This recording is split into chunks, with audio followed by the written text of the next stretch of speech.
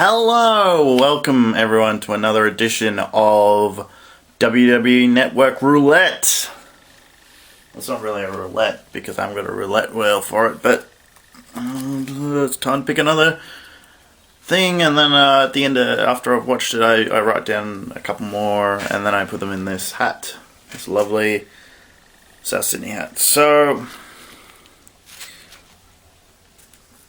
okay, picked another one. Let's see what we got.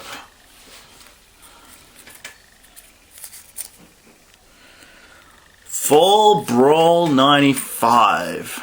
Okay, so we've got that one. So I'll go watch Full Brawl 95 and I'll be right back with you.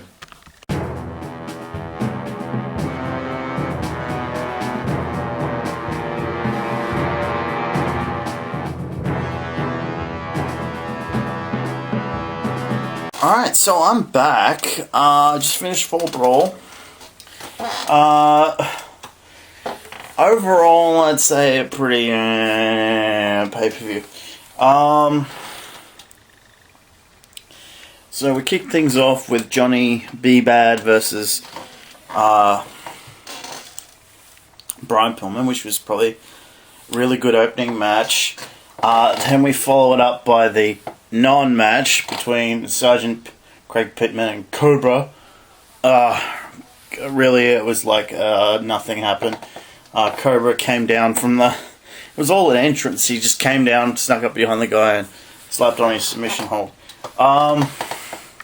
Diamond Dallas Page with the Diamond Doll and Max Muscle for the TV title. Diamond Dallas got the TV title and beat Renegade, which was a really cool match. Harlem Heat, that's Booker T and Stevie Ray, versus Bunkhouse Buck and Dick Slater. Oh my god, this match just would not end. Here's my things on Bunkhouse Buck and Dick Slater. Started out within 5 minutes, they were both gassed. They were doing very little in the ring. The crowd was sitting on their hands. You could just see them sitting in their sleepers. And that's not. It's nothing against Booker T and Stevie Ray, but it was just those two were the one.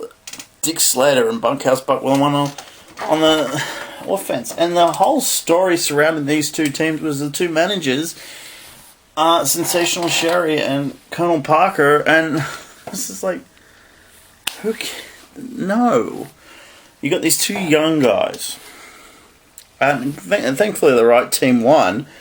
Like, I've got this TW 2013 game, and one of the mods I've got is the one for 95. Immediately, the first thing I do is I yank the belts off those two, because it's just like, so yeah. Then we get Arnis and Ric Flair. This match probably went about 5 minutes too long. There was just something there that shouldn't have happened.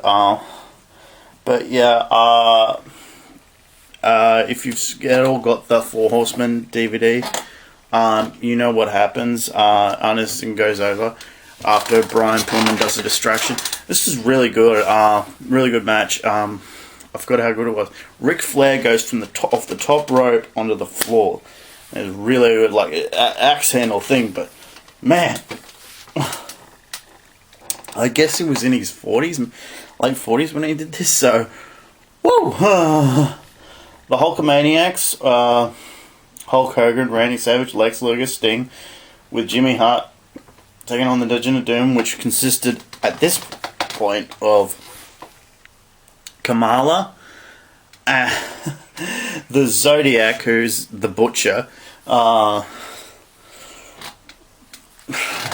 Bruce the Barber Beefcake, the Shark. Now, I understand that the reason they're calling him the Shark is because they initially called him Avalanche, but they had to change his name because apparently it was too close to his WWE name of Earthquake. What the heck? Yeah, so And so the next best thing they came up with, oh, we'll call him the Shark. And Ming, who legitimate tough guy. Fuck. So out of all the War Games matches I've seen, this is probably really like, you take a look at it. All the stars. There was no doubt who was going to win this match because all the stars, like big names, are on one side. No offense to like all the other guys. I think Kamala was a hit in like WCCW, and Zodiac was like mid-carder for life. Ming, legitimate tough guy, but and Earthquake, he had a brief time at the top. Then of course the one of the tips was that the match was if the Hulkamaniacs won, which of course they did, would get Kevin Sullivan, the Taskmaster, would have to spend 5 minutes in the ring with Hulk Hogan, which he kind of does. Yes, my computer's playing up. And then, like within like 3 minutes, the Giant comes out. Big Show, for those who don't know, this was his very early days here. So he comes out and just turns Hogan's head around like that. It looks like it snaps his neck, but like you can tell it's like it's Hogan doing it, and it supposedly hurts his neck. Now apparently Lex was a replacement for Vader, who was had left the promotion after this was a time he had a fight with Paul Orndorff backstage. So, and Paul Orndorff won. Despite the fact that he was in apparently flip-flops, thongs as we know in Australia. But yeah, that's it guys, so hang on, let me grab the hat and the pad.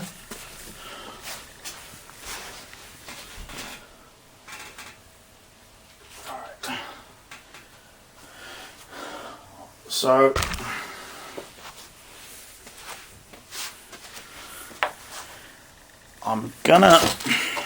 what I'm gonna do is I'm going to put in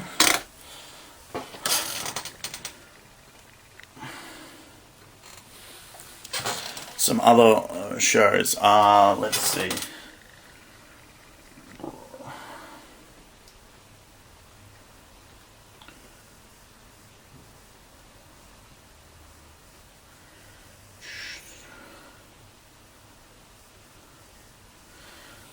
The Royal Rumble 1998. Just let me rip it for you. Royal Rumble 1998. Okay. That's going in the hat. And another one, I started writing Royal Rumble there, but what's another?